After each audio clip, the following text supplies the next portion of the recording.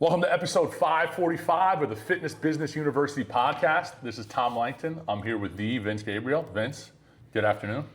What's up, Big T? How you doing, buddy? I'm doing outstanding. All right, today's topic. You sent me today's topic. I'm going to read the title correctly. Your best marketing asset is not what you think in the AI economy. Yep. When you sent me this as the topic for this week, I had a bunch of questions popped up. I think the first thing is you fancy yourself kind of like a marketing expert. That's like your thing, I like right? marketing. You like marketing, right? You study marketing, you do marketing. But now you're telling us in this AI economy, we're going to talk about what that means because I have questions about that too. Yep. But that marketing is not the most important thing. No, it's not. Okay, so let's talk about that because I need you to explain to me why the marketing guy is telling us that marketing's not important, and then you got to explain to me what everyone talks about this, the AI economy. Yep. But I don't really get it. I don't really get what that means, the AI economy, because I know AI is popular. So let's start with why is marketing not the most important thing? Here's the first thing I'll say with this is I believe that when there's lots of uncertainty in the world, okay, and Mike Waldron sent me a report recently of how the economy is doing really well from the stock market, right? From the stock market perspective, S&P 500, doing really well. But a lot of times he calls it the clash between Wall Street and Main Street. All right. And there's many times where Wall Street could be doing well, while Main Street people, normal people that, prices are going up for gas and prices are going up for groceries. And while those people may not have a lot of money in the stock market, right? And yeah, great, the S&P's 500 going up, but my gallon of gas is still $6. So the rich get richer. Correct, right? And so what I think the AI economy brings, right? I think there's going to be a lot of amazing things that the AI economy is going to bring. Okay, but at the same time, it's bringing all this good stuff. It's bringing a lot of uncertainty. There's a lot of people that are going to lose their jobs. I don't know the exact statistics, right, about how many people are going to lose their jobs over the next 3 to 5 years, but it's a lot. And I think that people a lot of times do not wait until it happens. The uncertainty is here and already coming. Your fear, not fear, but the fear of the AI economy is not necessarily that AI is going to replace what we do. No, right? no. Like the gym business, it's not like we're going to have robotic trainers and stuff like that. No. I am more optimistic about our businesses and gyms than I've ever been. So a service-based industry with personal relationships. Relationships are going to, Tim Ferriss calls it IRL, in real life. He thinks that businesses that are doing things in real life are going to thrive. So the fear you're talking about is that our customer base is going to change. Correct. There's not going to be as many people. We're all going to be fighting over less people. Correct. That's what the middle is going to bottom out. Okay. If you look at the pyramid, the income pyramid, there's going to be a chunk up here, and there's going to be a lot down here. In the middle is it's going to destroy the middle. So that being said, why are you saying marketing is not important then? If those people, we're going to have less people to target. Why is marketing less important? Because when there's fear and uncertainty in the air, people tend to, be a little bit more careful with how they spend their money. And I'm not going to take the chance of joining this gym. I'm not going to spend that extra income that I used to spend because of the fear and uncertainty. So sales and marketing gets harder because of that fear and uncertainty. And so the point I'm trying to make here is here's the thing. I will never tell anyone to not sell. That is not what I'm saying, to not sell and not market. Okay? I'm just saying your best bet is, your best marketing asset is a good retention rate so you don't have to do as much sales and marketing. And the numbers I gave in this thing is right here. I think this tells the sign. Okay, here it is. The gym with 100 clients at a 3% attrition rate. Yep. Okay, let's say that gym wants to go and add 36 members. Okay? That gym needs 6 new clients a month to get to 36 members by the end of the year. Right. Same gym, 100 clients, has a 6% attrition rate. Okay? Wants to get to 36 new members a year. They need 12. Right. Same growth, same exact thing, But the difference is the 3 to 6% attrition rate. How much more time, energy, effort has to go into getting, 12 clients a month versus 6 clients a month? It's a different ballgame. Many gyms can get 6 clients in their sleep and almost do nothing. But 12 clients, like now all of a sudden I was like, I gotta do some work for this. I gotta spend some money for this. And now you have 2 months where you don't get 12. Now, is this Right? is this a common issue you see amongst gym owners when they start focusing more on the sales and marketing and the attrition drops off because their focus shifts away from the business a little bit and more to like the external? Is that is that a common problem? Yes, 100%. And I think that, the product has to come first. I think that you think about, businesses like Zingerman's Deli, which we've talked about, right? Even you've been to, there's a local restaurant in our town called Trap Rock, which is, they've been in business. I take all the mastermind members to Trap Rock. It's a really good restaurant. They do no marketing, none. It's all word of mouth. They have parked themselves on a main road. They have phenomenal food. Service is okay. It's not amazing, but the food is just, every time I go, it's absolutely delicious. And they allow that. It's a product service focused company versus a sales and marketing based company. And I think that there's a lot of gyms that, hey, because they're trying to scale or they're trying to they become sales and marketing type businesses and not retention focused businesses. And I really believe, and again, I'm not saying it's one or the other, right? But if I had to choose one, here's another example. If I was opening up a gym and I was hiring someone to run that gym, I would not want the sales wizard to be running that gym. I would want you would consider yourself more of a retention relationship 100%. guy, 100%. right, than a sales and marketing guy. 100%. Right? And in my experience, hey, stability is massive. We can stabilize the attrition. The sales and marketing, I'm not saying takes care of itself. It just becomes easier when we have a really, really good retention rate to be able to grow. So that's kind of all I'm saying is I really believe it will never be the fact of you don't need to worry about sales and marketing. That will never happen. And it also will never happen that you will not lose any people, right? You always will lose people. There always will be you can make your gym free and you're going to lose 1% to 2%. So I'm not saying that, so don't take these blanket statements. You have to focus on sales and marketing. You have to assume that there's going to be a loss every month of customers, but the goal should be to minimize that as much as possible through taking your service, your product, your staff to the entirely next level. And now we talk about this AI economy. Do you have to ramp that up? Because are people going to be, so let's say you already have a client base of 100 members. Yeah. Do you need to provide a better service for them?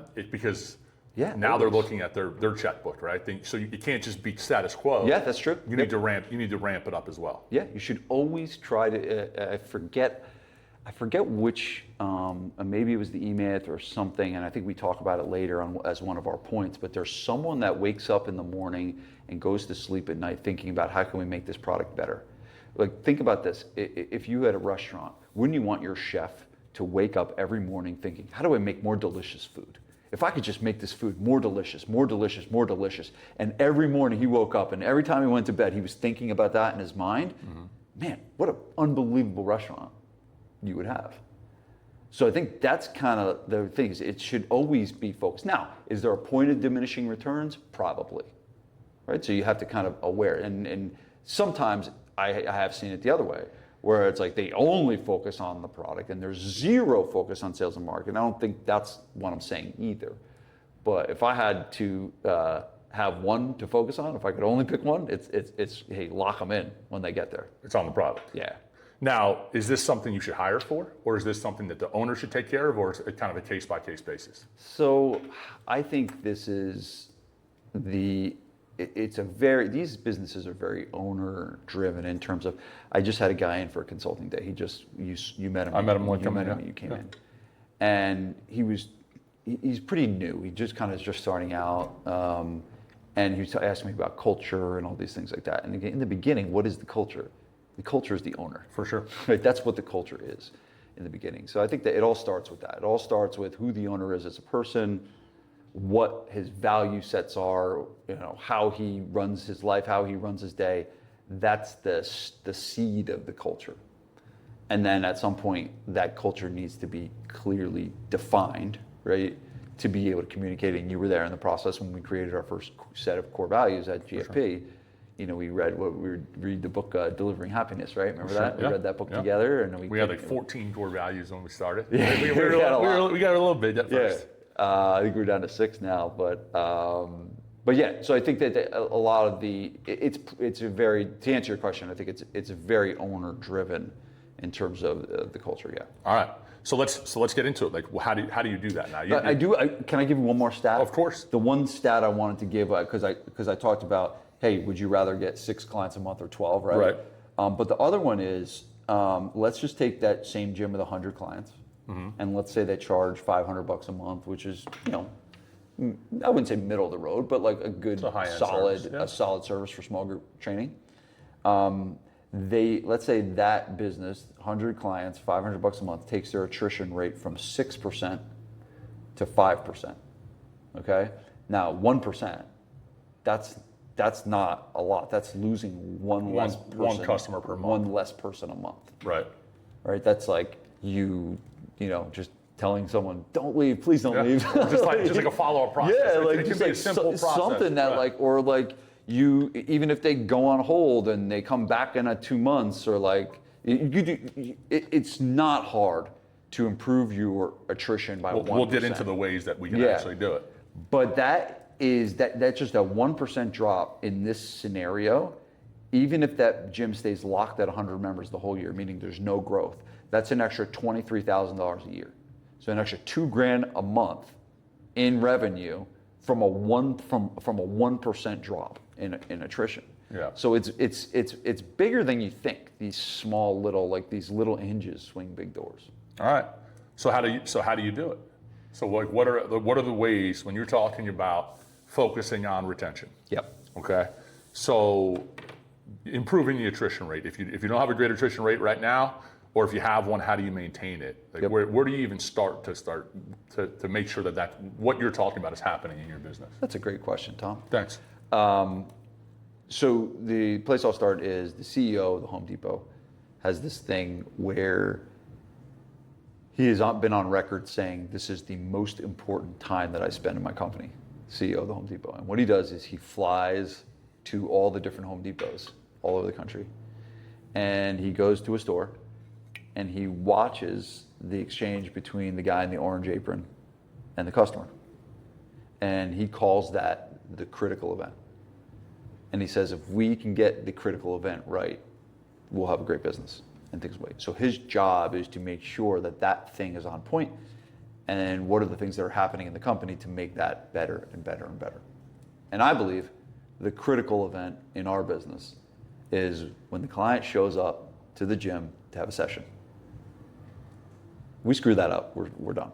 For sure. Right? If that is bad, it's just like if a restaurant serves you really, really shitty food, there's a good chance you're never going back. They screw that up, they can be as nice to you in the world as they want. But if you give me a burger that's well done and I wanted a medium rare, that's, So I think that the most important piece in all this is we have our finger on the pulse of the critical event in our business, which is the time the client shows up and the exchange between the trainer and the client, how that hour goes. Now, what's more important in the fitness industry have you seen? Is it results? Because I think some people say the critical event for fitness is like, all of my people lose weight, or is it actually getting like the experience within the, you know what I'm saying? Yep. What's more important? So it's hard to answer that question, because I still think with results, everyone's results are different. There's plenty of people whose ideal result is they show up. Right? We had that many times. Like we had clients that are like, they didn't care if they lost any weight. We had clients that trained with us, they gained weight and they were happy as clams. They weren't going anywhere. Right. Like, how do you explain that? Like, it can't be just on results. I do believe results are important, right? But results will vary based on that. I think it's a combination of the stuff we're going to go over. It's a combination of a lot of different things. And I think if you can get a lot of the things that we're going to talk about today right, that you'll be in a good spot. All right. So where does it start? I believe it starts with the staff that you put out on the floor. Because remember, that's it right there. A lot of times people aren't meeting with the owner. they're with trainers, right?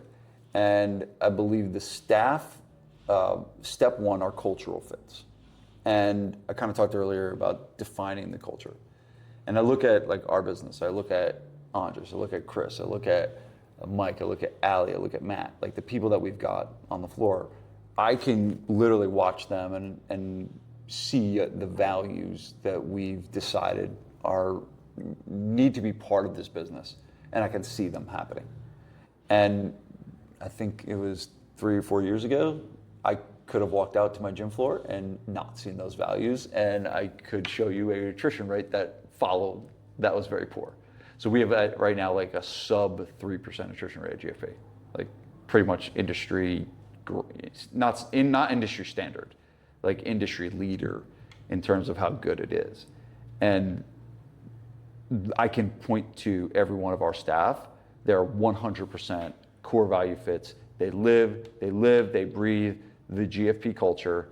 I don't have to, except sometimes when they kind of come in and they're filming and they like say that they have to leave at a certain time. Tight deadlines and stuff. Yeah, like, stuff like that. Yeah. So how important is, you talk about the core values and having core values and like defining that culture? Is that like, do you need to have it written down? Do you need to have it, like when you say cultural fit, what does that mean? Yeah, so another good question, Tom. I define culture as a set of values, right? And so anyone that wants to define a culture, like, does you have like it's not like for me, it's not like a statement, like we are this or we are that. A defining of a culture is a set of values, whether that's words, phrases, whatever you want to call them. Mm-hmm. Core values are your definition of your culture. Okay. And so one of the things that happens when we hire somebody, we need to like have those things in mind, right? We got to be thinking about those things of like, all right, I'm meeting with this new person, and one of my core values, is like be a pro. What are the questions I need to ask this person that would demonstrate that they would be a pro? Okay, what are the exercises I'm going to give them in the interview process? I'm going to test and look at and say, hey, if they had to show up late, did they call or something like that? Did they do things that so the whole time you're interviewing them, you're running through the values in your head about, will this person be able to live these things? And so I think it starts there. I think it starts in the hiring process, which, we learned this very early on from my mother. She taught us this whole core value, for sure, thing. For sure. Right?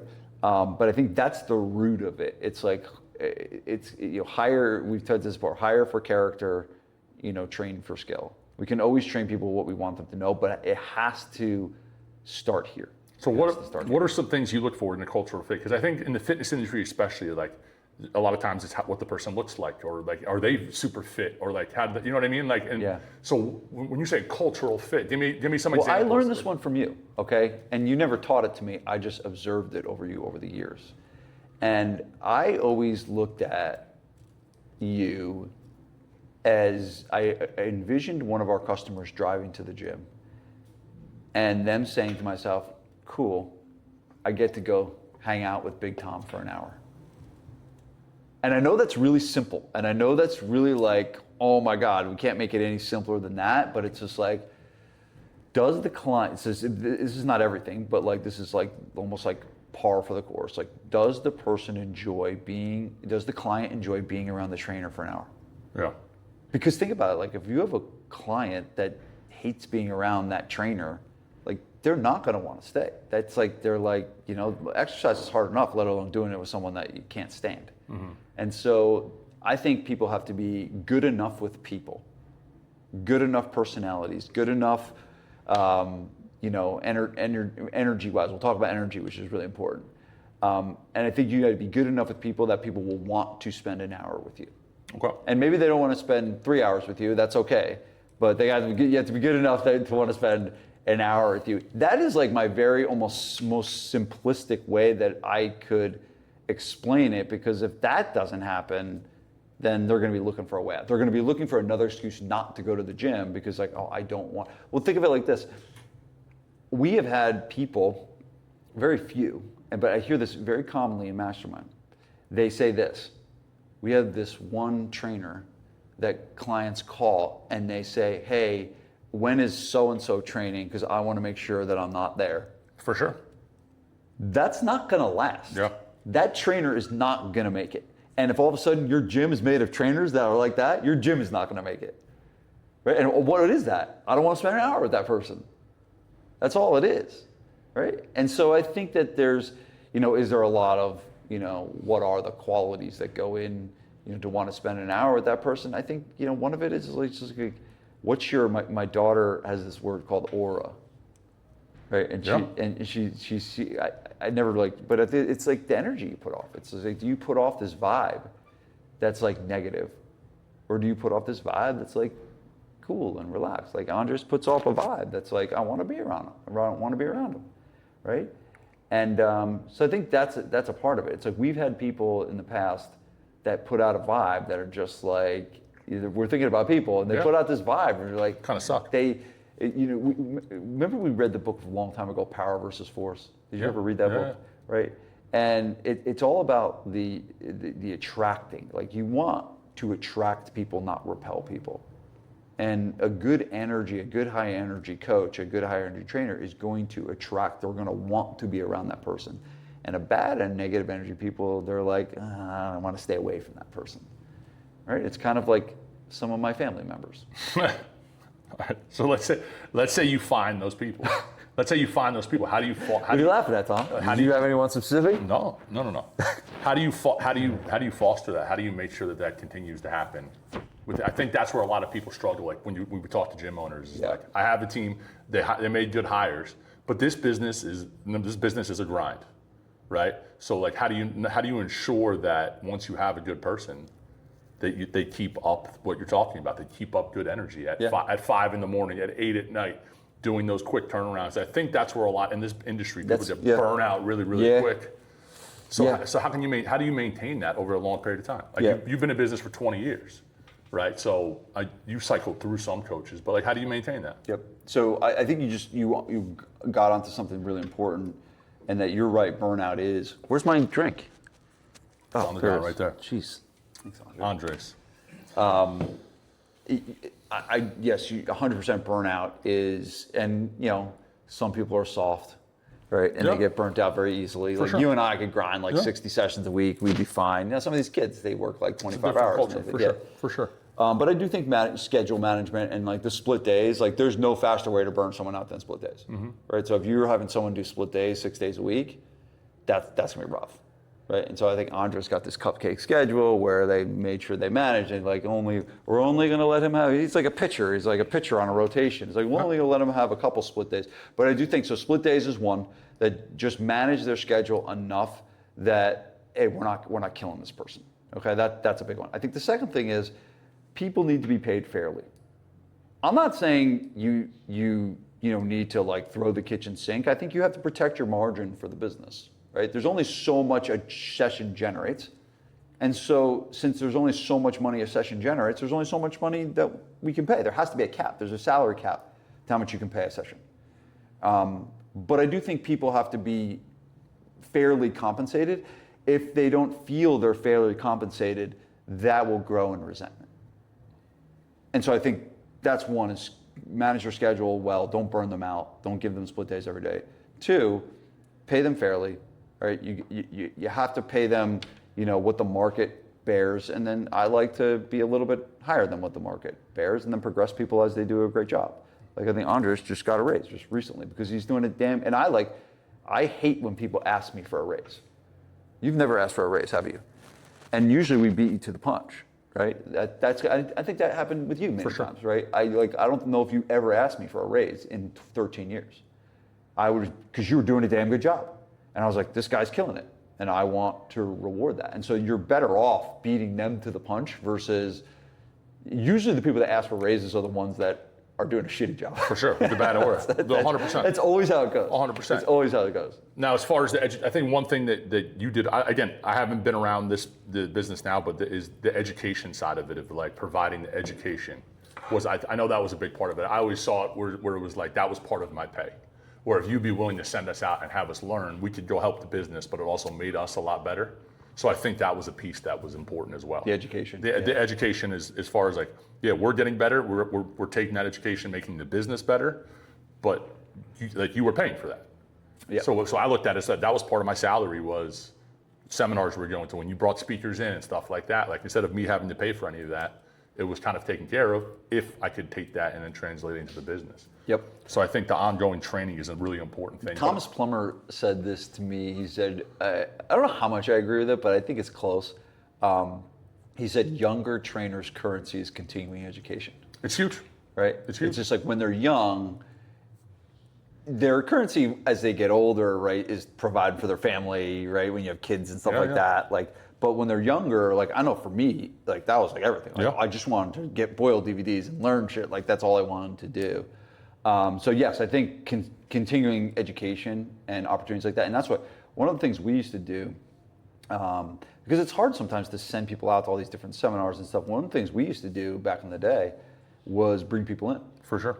And so that way, remember we brought in Martin Rooney, we brought in Charlie would come in all Charlie the time. Weingroff, Thomas Phillips with the kettlebells. with the kettlebells. Eric DeGotti would come in. Yep. But the thing with that is we were able to educate our staff. We would obviously pay the person, but instead of having to send other people out for like hotel costs and travel costs, and then they go to a seminar where there's like 20 different speakers and everyone's kind of learning different things. Versus, hey, when Charlie came, he taught us all at the same time. And then we took what we learned, since we all learned it together, and installed that into our system. For sure. And so now it became much more valuable of an investment from the business standpoint is to continually educate everyone at the same time. This happens all the time in SPF Mastermind. I feel like every week, I wouldn't say every week, but I feel like every month I'm seeing a picture of an SPF member bringing another SPF member to train their staff. For sure. Right? Like I remember like Varsity House brought in TJ Lopez and AB went to Devin Gage or like, I'm blanking on like who, right? But they're all like using each other and so smart. Yeah. Right? Because sometimes then hearing from a different voice, hearing the same thing from a different voice is right. Really, really but also that the whole staff gets educated on the same stuff. And then now we can take what we learned and implement it and make the system better as opposed to just everyone learn a bunch of random stuff. I think there is a little bit of fear in this, talking to different business owners of like getting your trainers too good where then they're going to leave and go. I know that's a fear that a lot of gym owners especially have of like, I'm going to make this trainer so good that they're going to go, I'll just go to this on my own. So I think that's a pretty common fear. How do you deal with that? So very easy. The John Maxwell quote, and here's the John Maxwell quote. I can pay for their education and they may leave with the free education. Or I could not educate them and they stay dumb. That's true. Right? It's just like, do you want a staff that doesn't get better? Yeah. Right? Or do you want to take the risk that they get better and then they leave with your free education? And I always like, I'm going to push. It's like one's a scarcity mindset and one's an abundance mindset. It's like, which one do you want to have? So the first step in this attrition rate is having this team. You got to find the right people, define your culture, make sure they're a cultural fit, and then maintain that with education, but also monitoring the health, like the health in quotes of that team. Yeah. Because I think that's a big thing in this industry. Of that, I think that burnout's something that people don't consider. No, I'm glad you brought that up because I kind of almost didn't have that as a key point, but that's actually a really important if that person has good energy, like we've saw it with our team when we got really, really busy at times. We had people with really good energy when they started, and that energy went away because the schedule just ate them up, crushed them, and then they would be burnt out, and the energy would go away. I also think a thing to look at is too, and this is getting into the weeds, but like someone with a long commute. Yeah. I think it was someone with a long commute, and that always makes me nervous when I hear a trainer having an hour-long commute. I was like, that ain't gonna last very long. Yeah. Because hey, a trainer doesn't make enough money to have an hour. Like someone can commute from New Jersey to New York City when they're making $750,000 a year. They'll suck up the commute. I think it's a difficult balance too, though, of not giving the. Because we had trainers that wanted to not work early mornings, not work late nights, right. And at some point you had to be like, all right, like this is the business. So I think it's a delicate balance, but you got to do it. Yeah. So take care of the team. That's step one. Yeah, and I think too that one of the other ones we didn't mention was the onboarding process of like when you bring someone on. Okay. Right, and having it, I think there was, I can't remember if it was Harvard or there's some study done that basically says someone decides to stay with a job in the first like 90 days, right? And so if that 90 days kind of goes poorly, a lot of times people are looking for the next thing, right? Versus if it goes really well, they're like, oh, this is a great opportunity. So I think that you have, as a business owner, understand that, you know, you're on trial too, you know, like don't make the assumption that, oh, they should be lucky to have a job. It's like, no, you should be lucky to have a good trainer. Like I don't take it for granted that like we have a great staff and great team, and I try to take care of them as much as I possibly can. And I realize that, hey, good coaches are kind of hard to find, especially these days. For sure. So make sure that you do your due diligence with like that first 90-day period, and just like you would onboard a new customer, right? You need to onboard a staff member to make sure that, you know, they are, and not just for their sake, right? Not just for their sake to be happy and satisfied in their career, but to make sure that they're learning the things they need to learn to do the job the way you want them to do it. So some type of onboarding process, both for staff, both for customer, is huge. All right. So the staff, that's step one, the staff. Yeah. Okay, we talked about building the team. We talked about what's kind of the next big piece.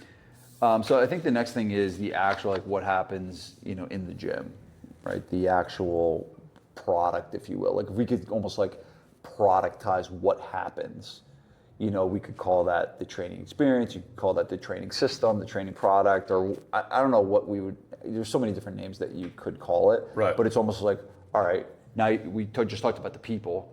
Now, what do the people do, right, with the clients? Yeah. That's the training system. Okay. I think the first piece is this, and it kind of goes back to what I was saying before about wanting to spend an hour with somebody. But many years ago, and I think I invented this.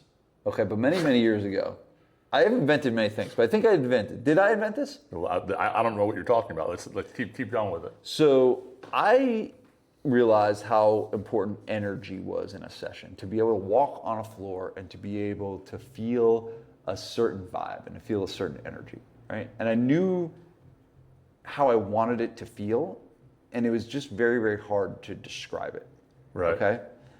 And so what I did was I created this thing called the PEL score, and PEL, P-E-L, and PEL stands for positive energy level. Right. And basically what we would do is we would go out onto the floor and we would kind of observe what was happening and be like, what's the vibe in here? What's the energy like? Yeah. Right? And, you know, when you could hear the voice, you could hear, like, I remember like hearing you and Hardigan back in the day, and, you know, Michelle, and like I could listen to your guys' voices, and just from the tone of your voices and the body language of how you were coaching people, I could be like, look over and like, that's an engaged coach. That client is getting what they need. You're walking over and she's got her back bent in half and you're fixing her just like I would, right? And there's movement and shaking and there's people smiling and laughing. It's just like, there's a vibe that you can feel. For sure. And so what we did was we created a scale of 1 to 10. And we actually made this part. We actually don't use it anymore. And I don't know why. It's one of those things. It's one of those things that we just like, it's what we do as entrepreneurs. We create cool things and then for some reason just, right. I don't know when it got lost in the shuffle, probably COVID, I guess. Yeah. Right? But we would evaluate each trainer on the PEL score. It was actually a KPI, I guess, right? So. Of like, man, your PEL score was always off the charts, right? And so we would evaluate them based on that, and then we would have an overall score of how we would do, like, you know, regular checks of the energy in the gym. But so I think that's a big piece of it, because people feel energy. Yeah. Right? They can walk into a gym and they can be like, all right, this feels right. This feels good. Now, I think people hear this, especially some gym owners will hear this, and that doesn't necessarily mean like people are screaming and yelling and clapping. Right, yes, and yes, like, yes, yes. oh, we got to break it down. Like I honestly was I was anti. Like I remember at one point we were talking about like doing a breakdown at the end of a session and like some like cheesier stuff. You know what I mean? Like cheesier. So I think people hear positive energy and they think like you're being a cheerleader and rah. And it's like, that wasn't it at all. No. as like you can just feel, because like certain sessions, like we had some older clients that like we weren't yelling and screaming at or anything, but it was just like there was certainly an energy in the room, not necessarily like this crazy vibrant energy, but yes, 100%. Yeah, it's not this rah, yelling, screaming. It's positive. It's just it's hard to explain. It's really hard, but it's just like, I don't know. I think like body language is a big one, right? Body language, I think, communicates energy, right? When you are like slumped over, or your body language, tone of voice, right? All of those things I think really look at. So someone could be not yelling and screaming, but they can have very positive body language and very positive tone of voice that it equates to a good experience for a customer. I think having simple standards too, like we used to joke around about like no hands in the pockets. Yes. The way, the kind of way you were dressed. I mean, if people had hoodies on, or like just like weird. It was, or like leaning on stuff. I mean, people used to lean on stuff. When the TRX were hanging up, and people would like be that playing. Was your thing. And be playing on the TRX, or like you had the band. Yes, that was your thing. Band around my neck, and like, but like in my mind, I was like, why does it matter if I have a band around my neck? But like, when you watch it when you see it from the outside, and you see someone else doing it. Sitting down is a big one, or like kneeling during your session, or like little stuff that you can pick up on and just be like, that trainer is not fully engaged in that. Correct. That all goes to the pellet score for sure. It's funny. Sidebar. There was a trainer. I'm not going to mention any names or genders to give it away, but there was a trainer that used to work at Fitness Quest, and this person was the worst trainer on the planet, and she literally would lie. I just gave it away. She literally would, I don't care anymore. She literally would lie on her side with her head in hand, and she would be like on the floor laying down and would be counting reps and be like 1, 2, that's tough. 3. That's and tough. it was just like, I would walk by and just be like, is this like an actual joke? Like, is this like, are you like filming a video on how not to be a personal trainer? Right. But it was real. Like, it was just how she was terrible. But yeah, I mean, I think having those. She hated me. I'm sure, because those are different. But a different Vanessa standard. still talks about it. I'm like, oh, that girl hated you. A different standard. Yeah. All right, so having good energy, that's part of the experience. Now that's a little woo. That's a little woo woo. Like, It's totally woo woo. Okay, that's a little woo woo. Let's be more tactical. Okay. How else can we improve the training experience? Okay, so I think the second one I have here is a training program that does no harm and matches the clients you're training. So we learned from the great Mike Boyle, who, I don't know if this is a Dan John or Boyle thing. I don't know if Boyle got it from Dan John or Dan John got it from Boyle. Okay, I don't remember. I'm going to give it to Boyle. All right. But basically, like and I believe it comes from the medical field. For sure. One of Do their, no harm is the Hippocratic Oath. Hippocratic Oath, yes, exactly. And I believe that the training system that you create needs to kind of have that, right? And so the exercises that you're deciding should match the type of person that you're working with, right? And so, for example, if you are training clients that are 50 years old, understand that every 50-year-old person has some kind of an injury, has some kind of thing going on. And if your system is not designed to keep that person safe and keep that person healthy, they're going to get hurt in the process. They're probably going to get hurt even in a great process. There's a really good chance. Like anytime you exercise, there's always a risk, right? And I think that the training program that's designed needs to be created with that market in mind. Whatever your market, now if you're training 22-year-olds, like look, here's an example. Our college football program was designed for us, right? It was designed for offensive linemen and running backs and linebackers, and it even adjusted based on, there was different things that defensive backs did and different things that linemen did. It was built for us. If we took that program and we made our 40 to 50-year-old clients do that, they would be annihilated, right? And that's an extreme example, right? But the point is this, is that as you're designing the program, it needs to fit the person.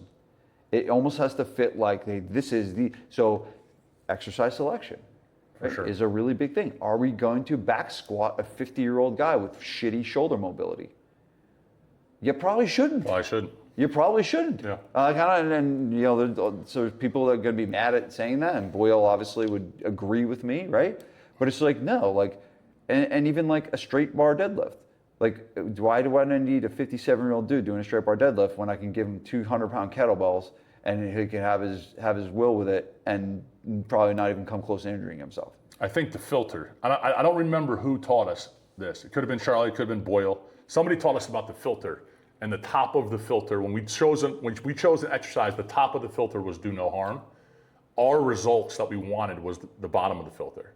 So we said, okay, we want to get somebody really strong. We want all of our clients to be strong. Now, deadlifts get people really strong, right? But then we had to put it through. The first step of the filter was, what is this going to do to the person? And if it didn't pass that top part of the filter, and like I've always imagined that of like, there are some great exercises that can get people really strong or get people really lean or whatever results they want, but it has to pass that first level of clearance, which is, what is this actually going to do to the person? Yeah, and I think that whenever people disagree with Boyle, they say something like, there's no bad exercises. Right. I totally disagree with that.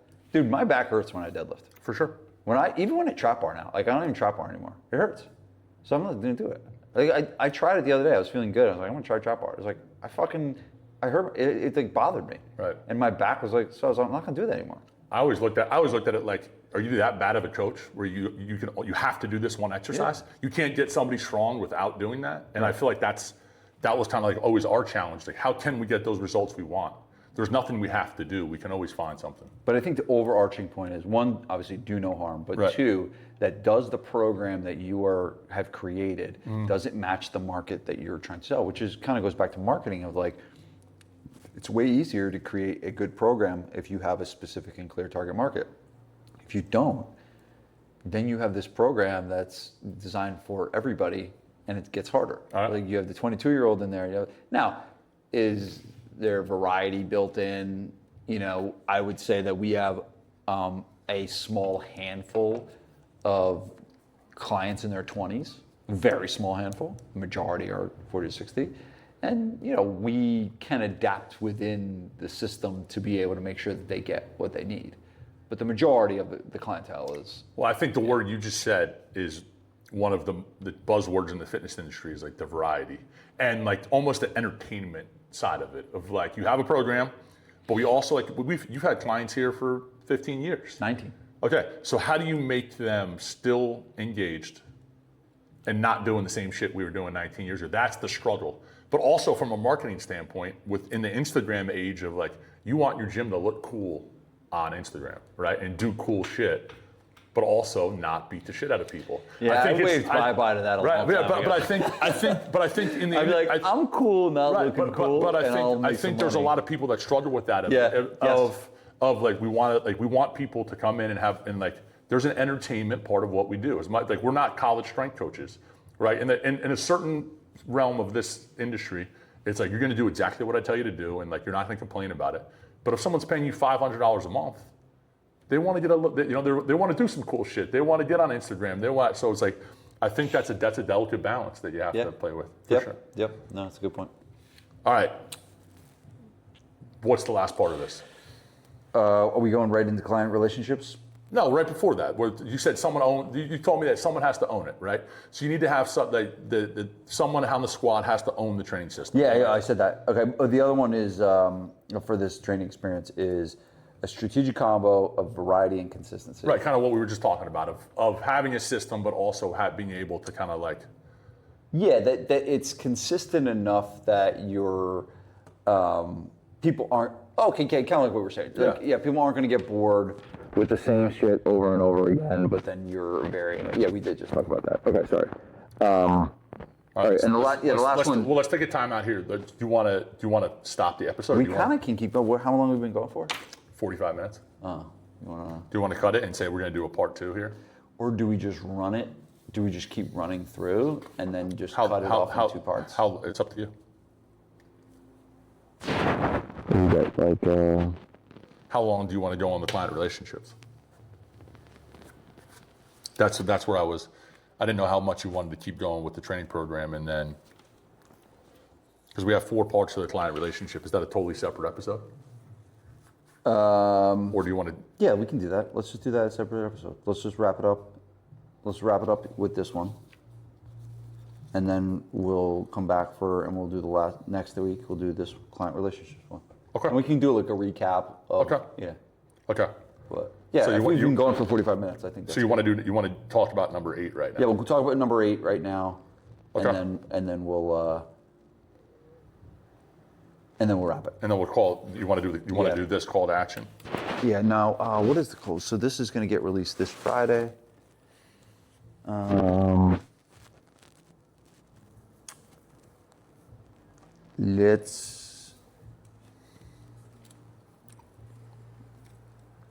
It's too late for the mastermind to do anything for the mastermind. It'll be out the day it started. And I don't really have anything kind of coming up in. So you want to just do the call? Yeah, just do like a regular. Yeah, do they find the money call? Find the money call. Yeah.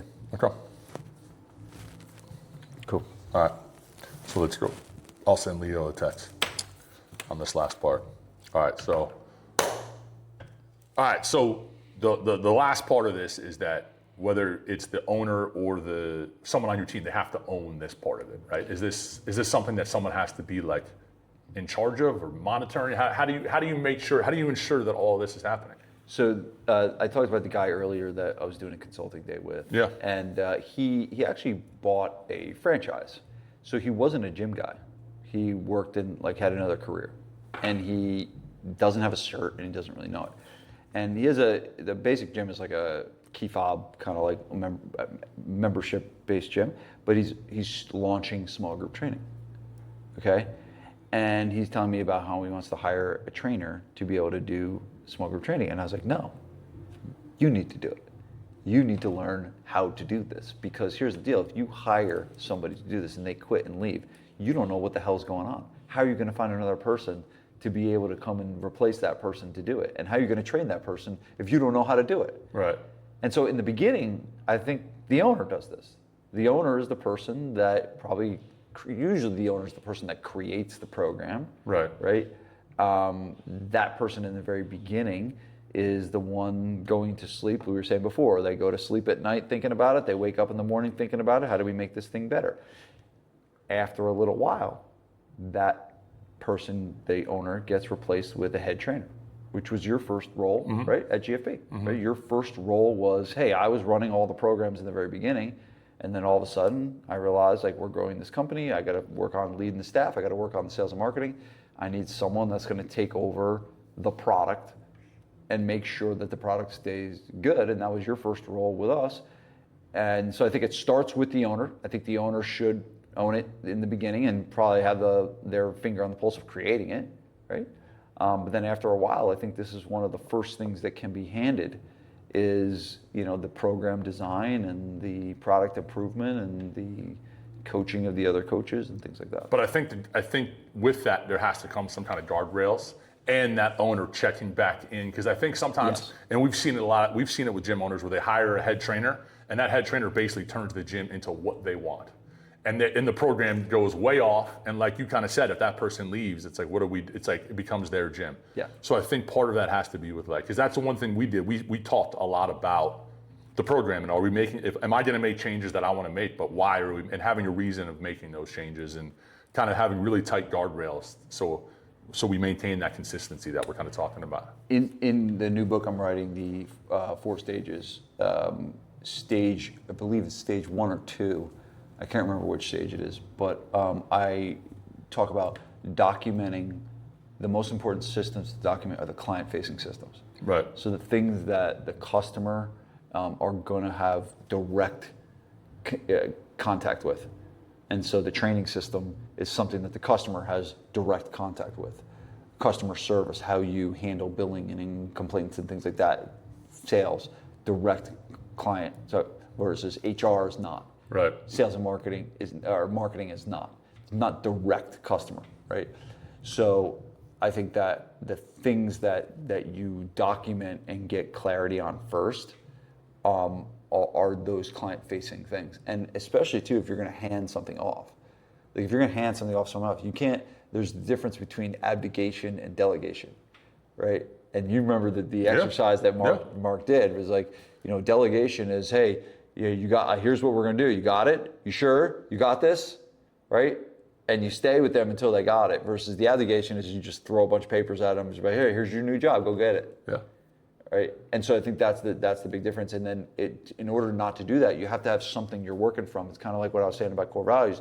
In order for us to hold people accountable to core values, we got to know what they are. We got to have a definition of that culture. Well, you have to have definition of what your training system is. Yeah. If you're going to pass that off to someone else. Because I think looking back in hindsight, I'm a little bit older now, but as a younger trainer, I was fired up to go learn as much as I could, and we were learning from everybody. We would go up and learn from Charles Poliquin, and come back and go, oh no, we got to do it totally this way now. But I remember the conversations were always like, yeah, that's good, but like why? Is this the right fit? Now there's some stuff we could take from Poliquin and adapt our program. Of course, Martin Rooney with the Training for Warrior stuff, there was some really cool stuff in there, but was that the right fit? There was parts of it we could take.